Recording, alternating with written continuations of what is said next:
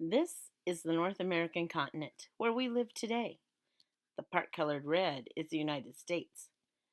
Many hundreds of years ago, life in North America was very different than it is today. The first people who lived in North America were known as Native Americans. The Native Americans lived in groups called tribes in different regions of North America. There were no stores like we have now, so they had to find or make most things that they needed to survive, whether it was food to eat, clothes to wear, or a house in which to live. Hundreds of years later, a European explorer by the name of Christopher Columbus sailed and reached North America. But that was not where he planned to go. Columbus set sail from Europe, hoping to find a quicker way to reach India and China, where spices, gold, and other riches were plentiful. But in 1492, when Columbus actually reached land after he had sailed the ocean blue, he and his crew did not arrive in India or China. They landed instead in North America, where they met the native people who lived there. After Columbus, sailors from different countries in Europe traveled to North America. Portugal, the Dutch Republic, Spain, France, and England all sent explorers to North America, continuing to hope to find riches and goods that they might bring back to trade and sell in Europe. Everyone was interested in this new world. The English did not want to just visit the Americas. They were interested in starting settlements in order to live there. They wanted a place for their people to spread out from their small island country, England, across the Atlantic Ocean. You probably remember that English pilgrims landed at Plymouth Rock in the 1600s, about 100 years after Columbus. The pilgrims had great difficulty adjusting to their life in the New World because it was very different from the city life that they knew in Europe. The Native Americans that the pilgrims met helped them survive, especially during the first year.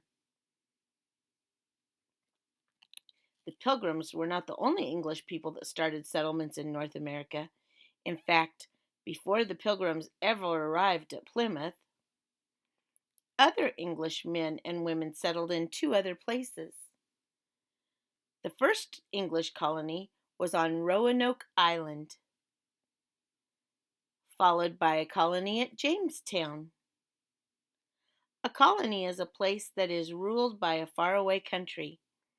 So the English men and women who moved to and settled Roanoke Island and Jamestown did not make their own rules or laws.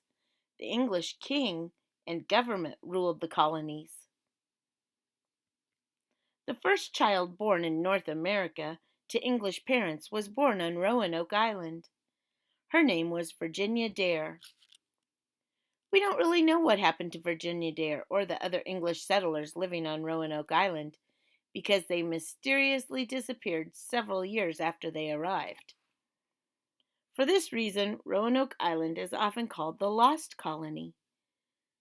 Some people think life was so difficult on Roanoke Island that the colonists left their settlement and went to live with some of the Native American tribes in the area. Some people think the Roanoke Island settlers may have gone to live with the Native Americans since they may have run out of food.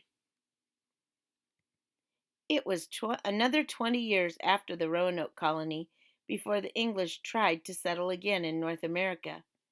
When they did, 100 English men and boys sailed up a river from the Atlantic Ocean, and they named the river James in honor of the King of England.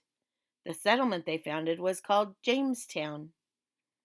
Like the other English settlers, the people who came to Jamestown met the Native Americans who were already living in this area. The English wanted to trade goods with them, and they were especially interested in acquiring the Native American beaver and deer skins to send back to England, where they were able to sell them for a very high price. As time passed, more and more settlers from Great Britain arrived in North America. all up and down the east coast of North America, they formed colonies where they started new lives for themselves. By 1732, there were 13 British colonies in North America. There was Massachusetts, New Hampshire,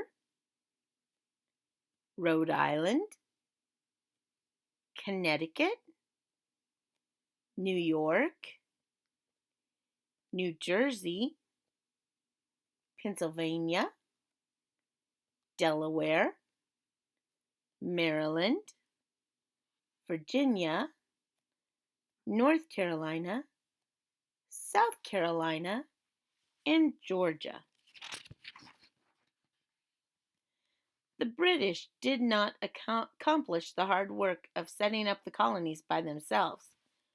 They especially needed lots of helpers to clear the farm and farm the land. First, they encouraged indentured servants to come to work in America. These indentured servants had to work only for the English colonists for a certain agreed upon number of years without pay. Then, after that time, they were free to live and work where they wanted and to be paid for that work. As the British colonies grew, more and more workers were needed. Before long, European ships brought enslaved people taken from the continent of Africa to work in America.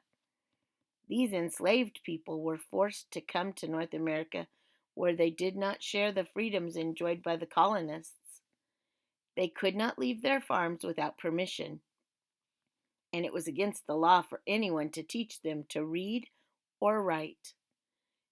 As the colonists settled the colonies, more changes were to come.